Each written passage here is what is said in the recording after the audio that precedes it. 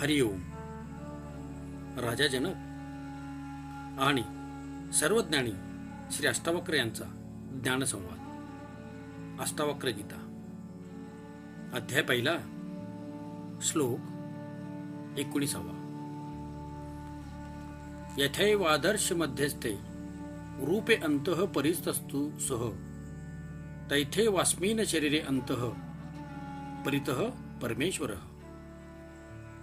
अनुवाद: ज्याप्रमाणे आरसा त्याच्यातील प्रतिबिंबाचे रूपात आहे व त्या रूपाच्या बाहेर सुद्धा आहे, त्याचप्रमाणे तो परमात्मा या शरीराच्या आत व बाहेर सुद्धा अस्तित्वात आहे.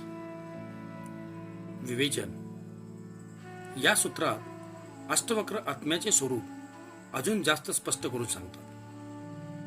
परमात्मा काही एक व्यक्ती नाही की सम्राटाप्रमाणे एका जागी बसून साऱ्या सृष्टीचे संचलन करेल. तो सर्वव्याप्त आहे. सृष्टीचा असा एकही कण नाही की ज्यात तो नाही. मनुष्याच्या शरीरात सुद्धा तो आत व बाहेर व्याप्त आहे. शरीरात आत्म्याच्या रूपाने व सृष्टीत परमात्म्याच्या रूपाने तोच चैतन्य रूप परमात्मा व्याप्त आहे. आरशात दिसणारे प्रतिबिंब आपलेच असते, त्याप्रमाणे आत्म्यातही आपले प्रतिबिंब दिसते.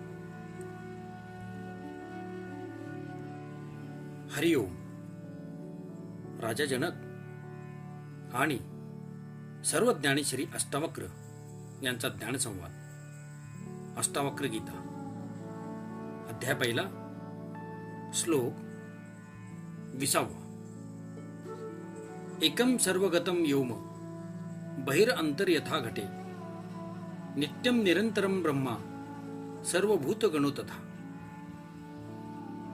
अनुवाद: ज्याप्रमाणे सर्वव्यापी एकच आकाश घड्याचे आत व बाहेर व्याप्त आहे, त्याचप्रमाणे नित्य व निरंतर असणारे ब्रह्मा सर्व भूतात व्याप्त आहे.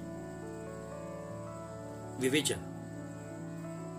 घट व आकाशाचे उदाहरण देऊन अष्टवक्र सांगतात की ज्याप्रमाणे घटाचे आत व बाहेर एकच सर्वव्यापी आकाश व्याप्त आहे, त्याचप्रमाणे सर्व भूतात म्हणजे सृष्टीच्या सर्व पदार्थात व्याप्त आहे. ज्याप्रमाणे शरीराच्या आत व बाहेर एकच आकाश आहे, दोन्ही आकाशात काहीही भेद नाही, त्याचप्रमाणे ब्रह्मा सुद्धा आत व बाहेर एकच आहे. शरीरात जे जिवंतपण आहे, चेतना आहे, हालचाल आहे, ही सर्व त्या आत्मतत्वाची आहे. ते निघून गेल्यावर शरीर निर्जीव होते. ज्या प्रकारे यंत्राचे काही भाग बदलून त्यात जास्त वर्ष कार्यरत ठेवता येते, त्याप्रमाणे काही वर्षे हे शरीर काही काळ जास्त जिवंत ठेवणे शक्य असते. पण आत्मा निघून गेल्यानंतर असे काही बदल करणेही व्यर्थ आहे. आत्मा आहे तोपर्यंतच शरीरात काही बदल करता येतो. म्हणून हे आत्मतत्वच प्रमुख आहे, इतर गोष्टी किंवा शरीर मुख्य नाही.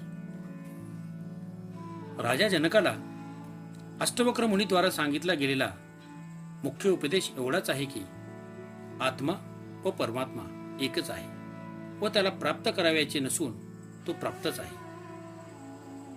केवळ अज्ञानामुळे त्याचे विस्मरण झाले आहे. त्याची पुन्हा आठवण करावयाची आहे. ध्यान, योग, उपासना हे आंतरिक स्वच्छतेसाठी आहेत. शरीरातील त्या परमशक्तीच्या जागृतीची पूर्वतयारी आहे. त्यामुळे पात्रता निर्माण होते की तुम्ही शक्तीचे संवाहन करू शकाल. अचानक एखादी घटना घडली तर मनुष्य गोंधळून जातो व त्याला त्या शक्तीचा व ज्ञानाचा स्वीकार करता येत नाही. ध्यान, योग, उपासना यांचे महत्त्व एवढेच आहे की बोध झाल्यानंतरच्या स्थितीचा तुम्हाला अभ्यास व्हावा. ज्ञानबोध होताना गोंधळ उडू नये. हे तत्वज्ञान बुद्धीचा विषय नाही. बुद्धी फार मर्यादित आहे. तिच्यामध्ये तो अमर्यादित आत्मा सामावू शकत नाही.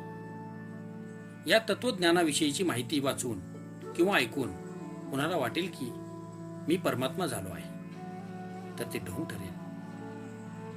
जेव्हा आतून सर्व आसक्ती नष्ट होते तेव्हाच ज्ञान मिळते. केवळ बाह्य आचरणाने काही मिळत नाही. स्वप्न खंडित झाल्यावरच समजते की ते असत्य होते, भास होता. तसेच हे ज्ञान आहे.